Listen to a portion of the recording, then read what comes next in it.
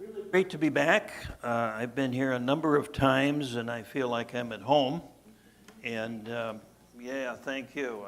I don't remember the first time I spoke here, but it was back when the Quays were here, and I think it was not too long after they began. So 20 years ago, maybe. And I've been here many times since. And Cheryl and I are old buddies, and I was her teacher, and now she's my teacher, and so this is really good to be here. So thank you for being part of this great ministry. I really honor the work that's being done here, and I really resonate with the energy of this particular ministry, and I have for a long time. So thank you for being part of my spiritual family. And a special thank you to those that were here for the meditation retreat yesterday. How many folks that are here now? Great. So if you want to know what happened, just talk to them, and they'll tell you. You may get a different story from each one of them, but I had a wonderful experience, let's put it that way, and I think most everyone else did. So my talk title today is Being in the World, but Not of It. So that's something we hear used a lot as a proverb and a recommendation and a slogan and so forth. But what does it mean? Well, I'll tell you what I mean by it, and that's what we're going to talk about today. So what does it mean to be in the world and not of it? Why do we want to do that? And how do we do it? So let's start out by talking about what it means to be in the world and of the world. Okay, I think most of us have been there. I don't have to talk too much about that. All we need to do is turn on the TV for a few minutes, watch a commercial, watch a soap opera, go to a movie, pick up the newspaper, and for those of you that don't know what a newspaper is, grab your phone or your computer, and we see the world all around us, and we see what it's like to be of the world and in the world. And it's frantic, it's exhausting, it's sometimes crazy-making, and many of us are saying, I can't keep doing this.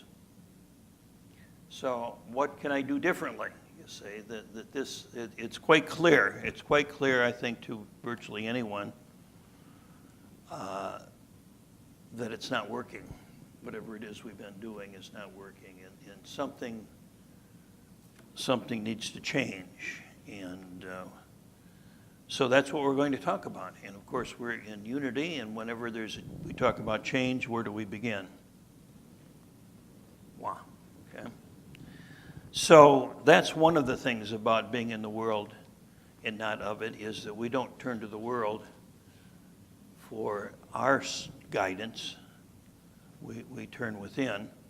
I don't tell Cheryl this, but I pilfered something from her office.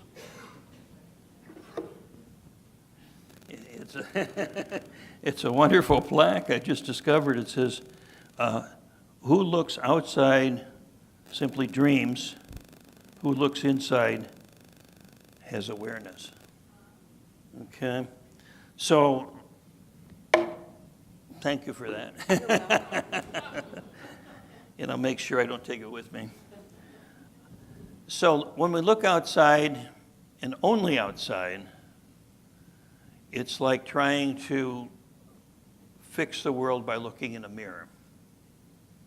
You see? If we look in a mirror and we don't like what we see out there, we can try to break the mirror or change the mirror, or we can look at the source of the image that we're seeing outside. So we begin inwardly. There have been many attempts throughout history and in recent times of people trying to be in the world and not of it.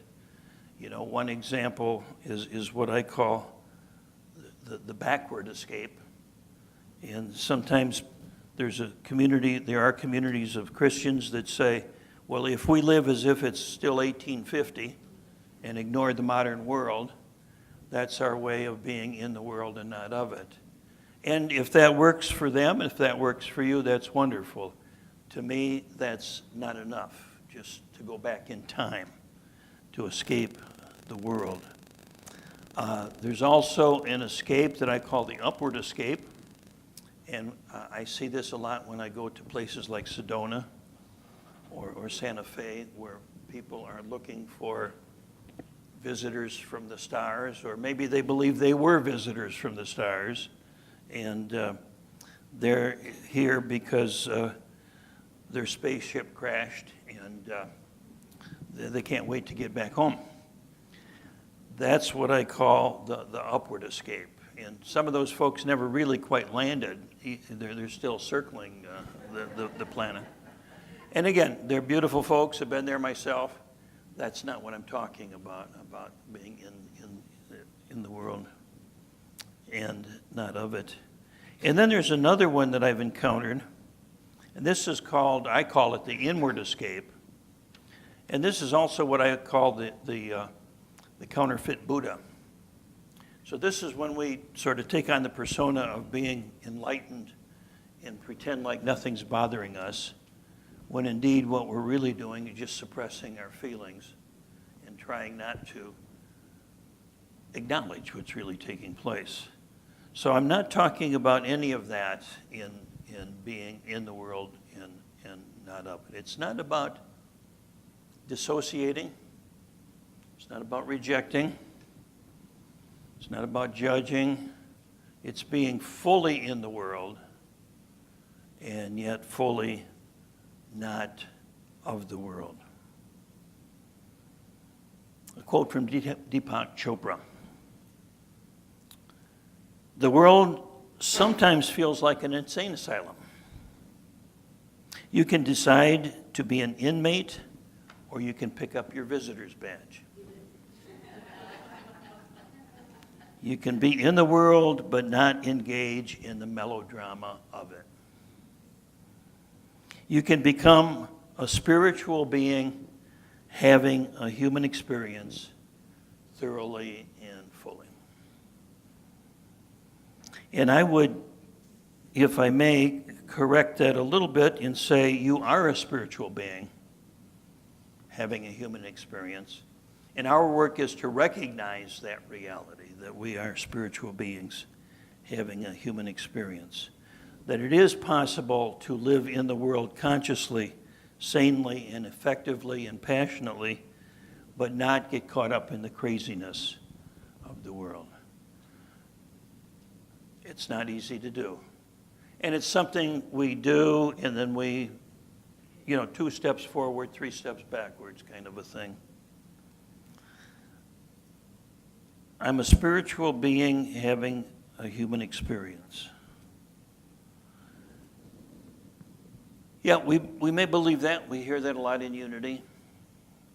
But when I look at my life and when I talk with others and listen to others, I see that really what's happening is we have turned that upside down. Unknowingly, we've turned it upside down. And we live as if we're human beings trying to have spiritual experiences. Okay? So our identity is with our humanity, and we're trying to overcome or fix our humanity in some way to become a spiritual being or to become more spiritual, you say. If I go to church or if I say the right affirmations or if I do something, then I'll be more spiritual. And there's nothing you can do to be more spiritual. Nothing. You can't possibly be more spiritual than you already are, because that's your nature, you see.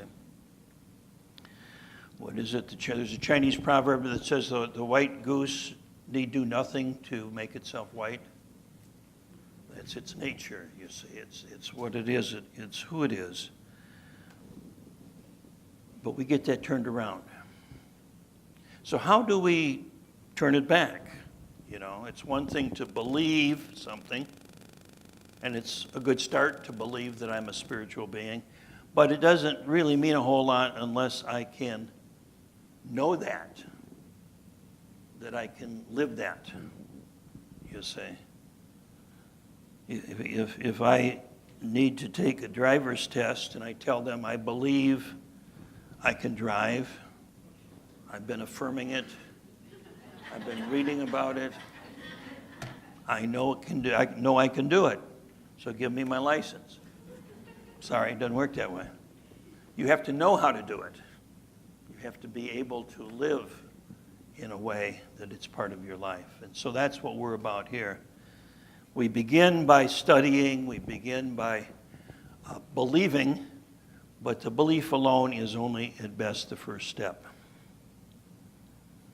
So an example or a parallel story, I think from the Gospels, from 3 of the Gospels, about the rich young man story. And many of you know this one about the rich young man that came to Jesus, and he said, I really want to follow you. I really want to, in my language, to wake up. I really want to know that I am a spiritual being having a human experience. What must I do? So Jesus said, well, follow the commandments and do the right things, etc., etc. Study the scriptures. And the young man says, I've done that. So I've read all the books, I've got my license for whatever. I've got my ordination, or I've got whatever it takes in the world. But he's saying that's not enough. What else can I do? That's not enough. And what is it that Jesus says to him? Do you remember? Let go of everything. Sell everything. Give it to the poor. Come follow me. And it says in the Gospels that the young man went away saddened. So every time I was taught this in seminary, the assumption was that he was saddened because he couldn't do it. And I thought, well, maybe he was saddened because he could do it, and he knew how much he had to let go in order to make that happen, you see. So I don't know. You can make it the outcome any way you want it to, because it doesn't say in the Gospels whether or not the young man actually followed Jesus. I'd like to believe he did. And he went away saddened. He went away crying, because it's like, boy, there's a lot of stuff I need to unload. Can anybody relate to that? Okay. Yeah. So a question comes up, and it's been put to me many times. Do we really have to sell everything? Do we really have to, have a garage sale and give it all to the poor and so on and so forth?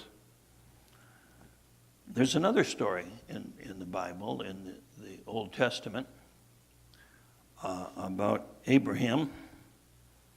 And Abraham dedicated his life to the Lord, following the Lord. So the Lord directed him to take his son, his beloved son, whom he had waited many, many years to have, and was his pride, joy in his whole life. He loved Isaac more than he loved himself. And so the Lord said, take Isaac up to the top of this mountain. Put Isaac on this stone tablet. Take a dagger. Kill him. And sacrifice him to me. Wow. So what did Abraham do? He struggled. I imagine he cried. I imagine he had many sleepless nights. Finally, he said, okay, all right, I'll do it. I'll do it. So as the day came, he was about to sacrifice his son Isaac. And as you probably know, the Lord appeared and says, enough. You have proven that you're willing to let go of that to which you are the most attached. And Isaac then, of course, went on to become one of the patriarchs, and he was part of the whole lineage, ultimately leading to the birth of Jesus. We must be willing. And that's the hard part. Because it's not about the stuff. You know, we can be a billionaire, and if we're not attached to our stuff, not a problem. Or we can live in poverty, and if we're attached to what little we have, or if we're constantly craving more, then we're the rich young man, you see. Now, most of us, the letting go is not of stuff. You know, if we could just clean out our garage and give it away, and that's enough, that'd be great. But the stuff that we sell, the stuff that we let go of course, is our internal stuff, isn't it? You know, our belief systems, our identities, the stuff that we think is so real that we hold on to for dear life, and we realize this too must go. Because in the grasping, it's like if I hold my fist like this, what can I receive? Nothing. If I'm willing to let it go, say I'm open. Okay. And always what I realize in my own life experience and in countless people I've talked with is that when I'm willing to let go, maybe or maybe not I need to let go of this stuff. It doesn't matter. But when I'm willing to let go of those cherished identities and beliefs about who I am and who I'm supposed to be and who you are and who you're supposed to be, when I'm willing to let that go, it opens up a whole new way of being, a way of freedom, you say. And there's a number of ways to do that is in terms of spiritual practice. I'd like to share with you one of them just rather briefly that's very effective, but I'm going to spend my time on another one primarily. But one I found very helpful is to live each day as if you've got, let's say, 2 weeks to live. Okay? So, if you believed you had 2 weeks to live, how would that change your life? Well, you know, of course, there's the anxiety of dying and all that sort of stuff. And yet at the same time, I feel a sense of freedom. Because most of my problems that I thought were problems, they don't mean a thing anymore. You know, the neighbor's barking dog and, you know, my spouse leaving the cap off of the toothpaste and the kids making a mess in the kitchen or whatever. Those things don't matter anymore, you see. My whole perspective has shifted. So when I live as if I had 2 weeks to live, the question I ask myself is, what really matters? What really matters? And how do I want to spend my time and energy in this brief but precious period of time that I have? So that's a practice that some you might want to try. There's a wonderful book out by Stephen Levine called A Year to Live. It's that practice where you arbitrarily set a date and then you live as if you're going to die at the end of that. Now, when I say live, I'm talking about internal living, not you don't have to sell your house and do all of that stuff. You still pay the bills and don't spend your retirement, okay? But internally, we live our life, and I know when I had this experience, there was a tree in my front yard that I saw every day, and I realized I never really saw that tree. And I thought, well, I'm not going to see this tree ever again. Wow, it's beautiful, very majestic. And I thanked it for being in my yard and for giving me shade.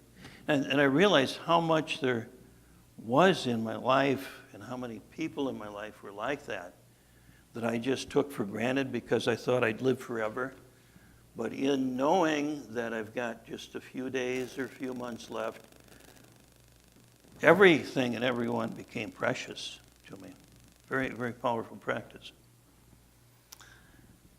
So that's one way to do it. Another way, and this is similar to that, but you don't have to go through the mental exercise of dying in 2 weeks, is to practice awareness. Just practice being awake to every life experience, every thought, every feeling, every sensation. Just being aware, being present in the moment. And then asking just quietly, not intellectually, but as an exploration, who's aware? Who is it that's aware? Okay. If I'm aware of my body, there's an I that's aware of my body, right? I mean, the awareness is not coming from the body. There's an awareness of the body. Yeah. If I'm aware of my thoughts, then I must not be my thoughts, because there's something that's aware of those thoughts. Okay. If I'm aware of hearing and seeing and tasting and so on, who is it that it's aware? There's no intellectual answer to that, but there is an experiential answer to that. And the only answer can be experienced. You know, yesterday I talked about if you wanted to understand what a strawberry tastes like, what if you were to study all you could about strawberries? Maybe take a few courses in strawberries, learn the chemistry of strawberries, how to grow them, etc. Okay, so you could learn all there is to know about strawberries, but you still don't know the strawberry until what? You taste it, you see. And it's the same way with the experience of who am I? We can say I'm the Christ or I'm God or whatever, you know. But that's just talking about the strawberry. The practice takes us to actually tasting it. So when we taste it, we discover the answer is I am aware. But that I am that is aware is not the same I am that is driving and checking my cell phone and paying bills and all that. There's a much deeper, much deeper, bigger, broader existence that is I am. And it's the I am that I am. So it's not an I am that's dependent upon my job. It's not dependent on my health. It's not dependent on my wealth. It's not dependent on my relationships. It's not dependent upon whether the sun shines or whether I'm healthy or sick or rich or poor. There's an invincibility in that I am. Emerson says, man is a stream. I like that, a stream, like a river.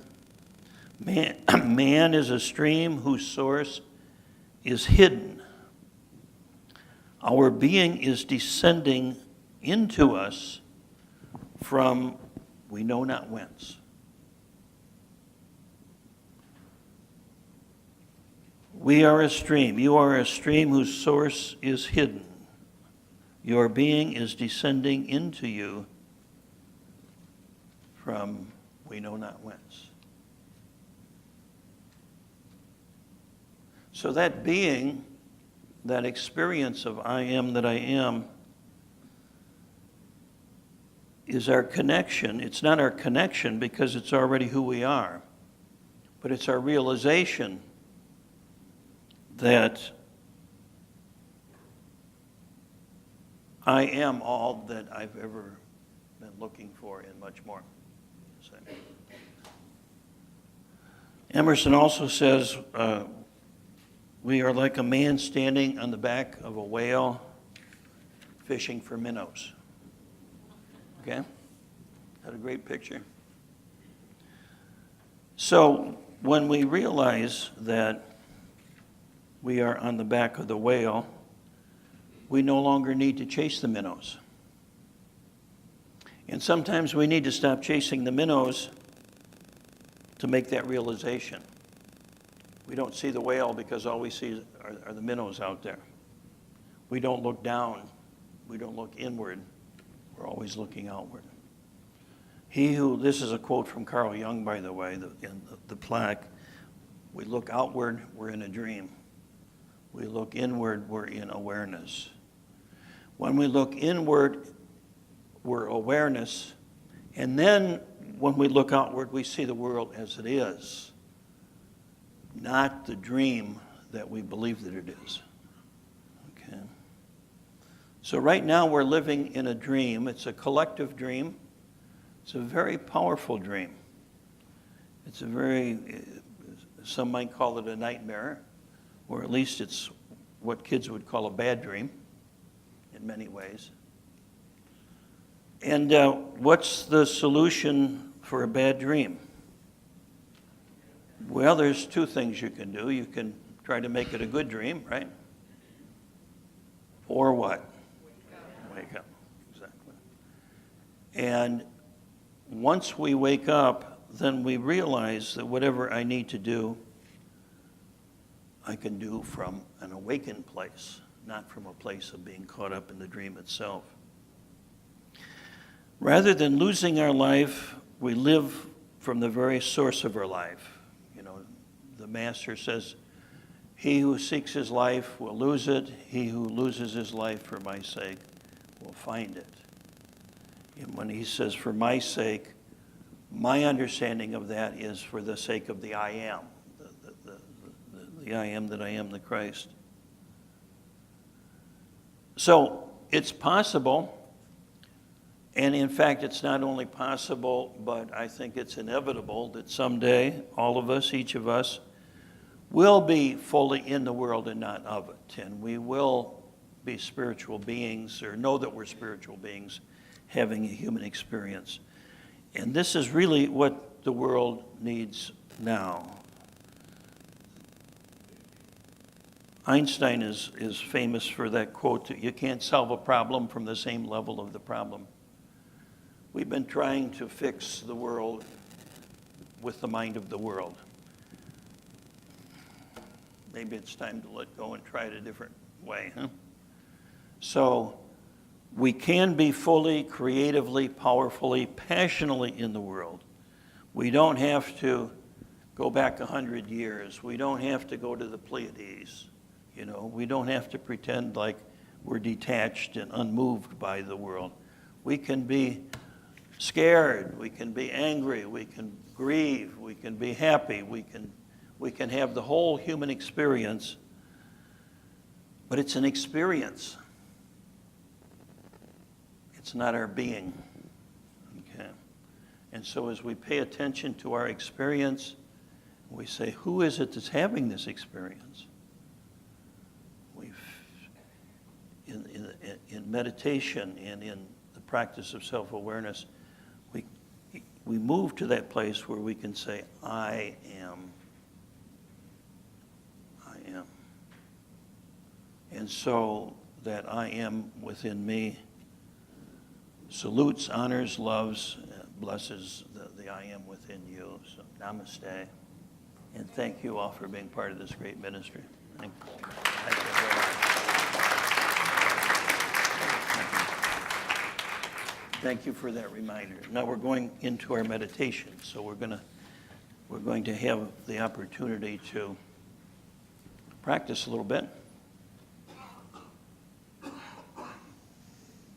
So I invite you to maybe gently close your eyes if you're comfortable doing that. It's not absolutely necessary, but it's helpful. Focus on the breath. Just feel the breath coming and going. That's our experience in this moment, is this experience of breathing, feeling. This life-giving breath. If it were to stop, we would not exist as physical beings.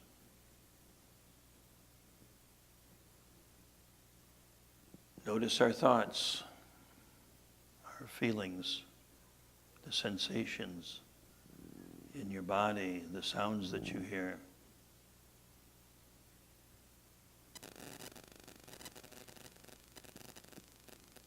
Be open to every experience in the body, in the mind, in the heart, in your life.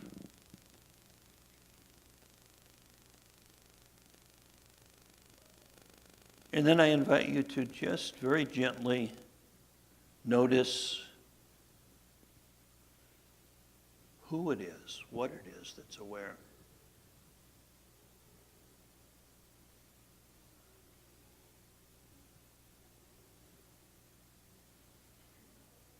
Just being present to all of it. And who is it? What is it that's aware?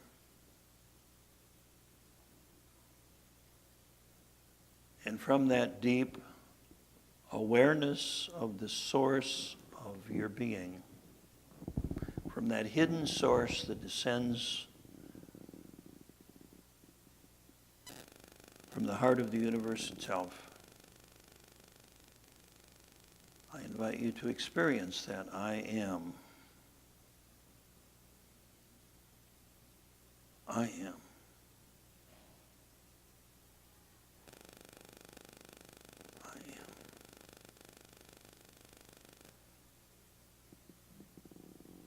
In that, and from that experience, we say, thank you, Spirit.